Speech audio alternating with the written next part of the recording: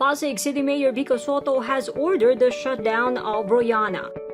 The events place has been temporarily shut down after dozens of partygoers were caught violating quarantine protocols.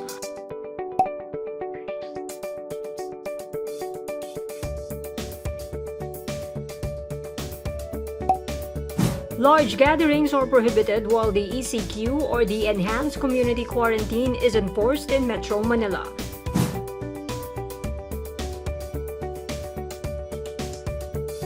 They were caught after concerned citizens reported the incident.